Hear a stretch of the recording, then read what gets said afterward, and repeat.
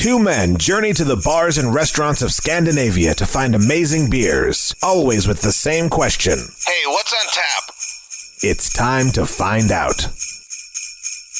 Day 22 of What's on Tap Advent Calendar. We hope you've enjoyed your experience so far, and will enjoy future Advent Calendars with us going forward. And if you've missed an episode, you need to go back and listen, because it's all part of an overarching story that will have a logical conclusion on the 24th. Yes, it's much like the Lord of the Rings series Right. There's a lot of foreshadowing. There's little clues left along the way. But it's only focusing on the Tom Bombadil character in the first one. So, right. If you've never read, if you've only seen the movies, you have no idea what we're talking about at this point. Tom Bombadil is such an amazing character. He could have just solved their problems immediately, but he couldn't be arsed.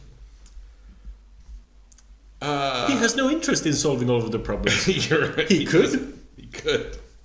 Much like in the Hobbit films, when they're flying on the Eagles, they could have just flown directly to Smog, but no, they stop on those Eagles and then they have to hike for 5-6 days through the wilderness because freaking Gandalf couldn't be bothered to land them closer. Yes, so in the original Lord of the Rings trilogy, there's an explanation for why the Eagles can fly them to Mount Doom, but you are 1000% correct in the Hobbit. There is no reason for the Eagles not to bring them closer. You know what? Same thing with Lord of the Rings. The Eagles pick them up at the end after they've destroyed the ring and they're about to die. Why couldn't they have just taken him there to begin with? No, but there's a specific reason, because the Eagles can't interfere with Sauron, who is a Maiar. And the Eagles are semi-Maiar, and they are put on Middle-earth for a very specific reason. But Smaug is just a fucking dragon. They have no weird, deep-rooted alliances or allegiances. What I'm hearing is weak storytelling. But we have a beer today. What do we have?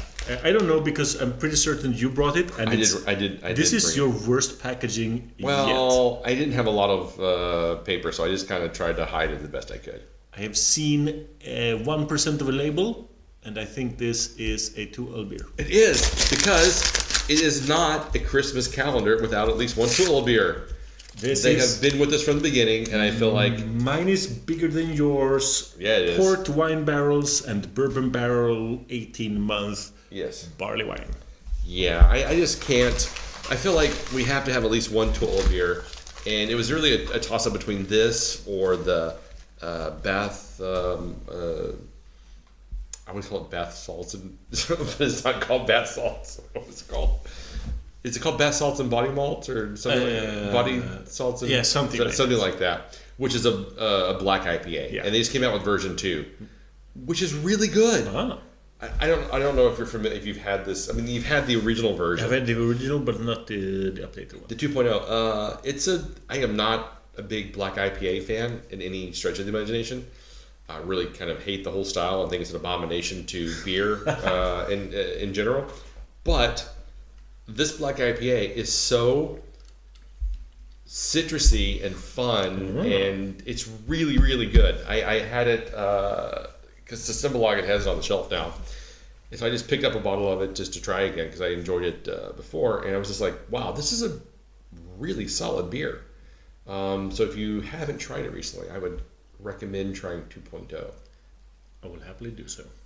Black malts and body salts. Black malts and body salts. Oh, that's it. Thank you. It's driving me nuts. But I definitely agree. 2L has such a history on this show that you bringing one of their beers for this year's calendar totally makes sense. Yeah. This ties back to some of our calendars foreshadowing. This is a reference to a previous chapter. It's all a cohesive story. It is. I promise. And someone should do a university thesis on our storytelling. 100%. All right. So this, like you said, is a barley wine aged in port wine barrels and bourbon barrels for 18 months. And they say, what happens when an already massive barley wine is aged both in port barrels and bourbon barrels? We suspect either something delicious or an impending collapse of the universes? Let's find out. It'll be a collapse of the universes. Right, Sure. and so this comes in at a really low 15.5% ABV. All right, so that's boozy. That's It nice. smells boozy, but Yeah, yeah. it smells boozy not in the like fermented vodka, No, like but booze. in that kind of coconutty kind of way. Yeah, when you yeah, blend yeah. a bunch of stuff together. Exactly, in the Butterscotch, coconut. liqueur kind Yes. of boozy way. Yeah, cheers, man. Cheers. This is a really nice amber look to it. It feels like, I guess, an American barley wine, and it's quite nice. It smells so good.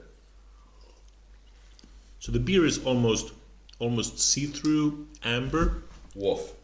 The mouthfeel is, I don't mean this in a negative way. Sometimes I do, but it's kind of light and effervescent. For a stout, this would be weak sauce. Yeah. But for this beer, it is perfect. Yes. Because you need it, because there's so much happening in the when you take it. It's so light, and like you ooh, rich caramel, like sugar notes, like dark burnt sugar kind of, and then all of that barrel aging just washes across you. It does. And you're just like, whoa. Foie is correct, and I totally agree with you. You need a low viscosity mouthfeel on this one. I think really the carbonation is just absolutely perfect on this. It really keeps it light and brings a lot of character to the lightness of the mouthful itself.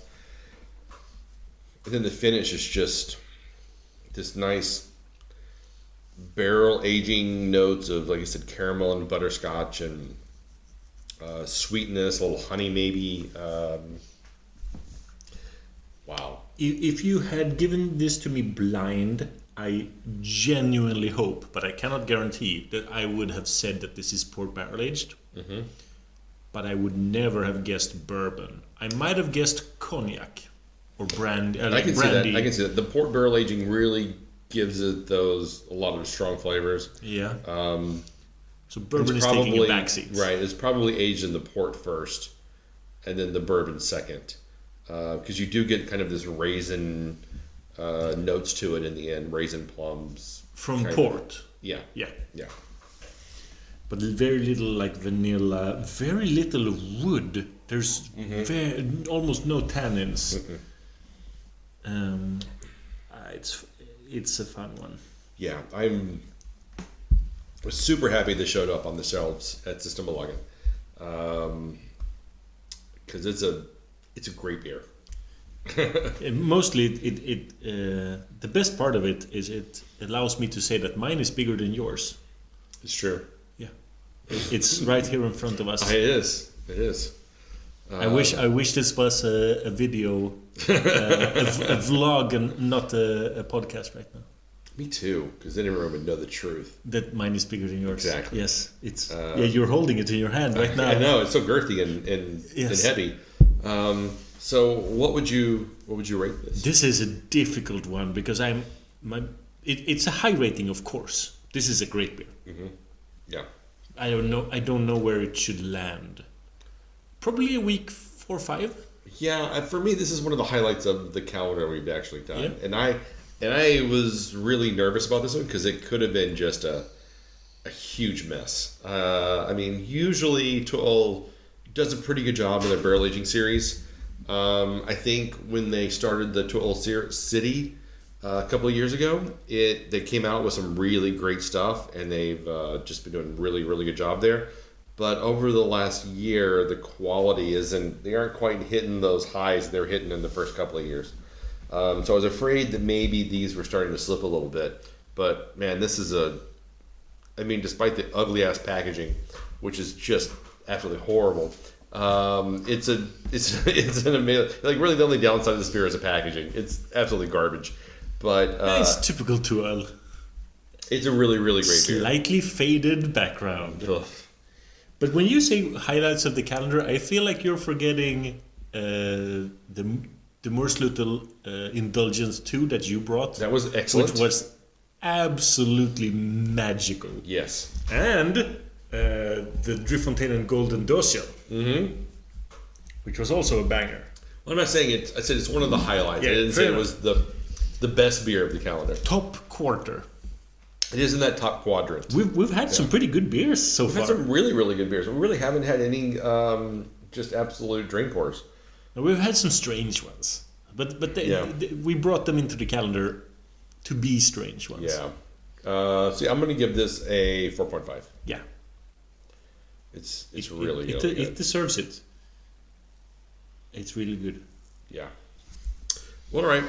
What's on Tap Podcast.com, Facebook, Instagram, YouTube, Spotify, iTunes. I always forget iTunes. You do. I know, because I don't use it, so I never think about it. Me neither. Yeah. And wherever. Most importantly, wherever you can find good quality. Yeah, podcasts. if you have a podcast player, just search for What's on Tap Podcast, and we'll pull up there. And if we don't appear, you need to violently protest to the podcast app makers. I think we're even on like Stitcher and give them 1 out of 5 places. stars. Yeah. Okay, until next time. Keep drinking, you dum-dums.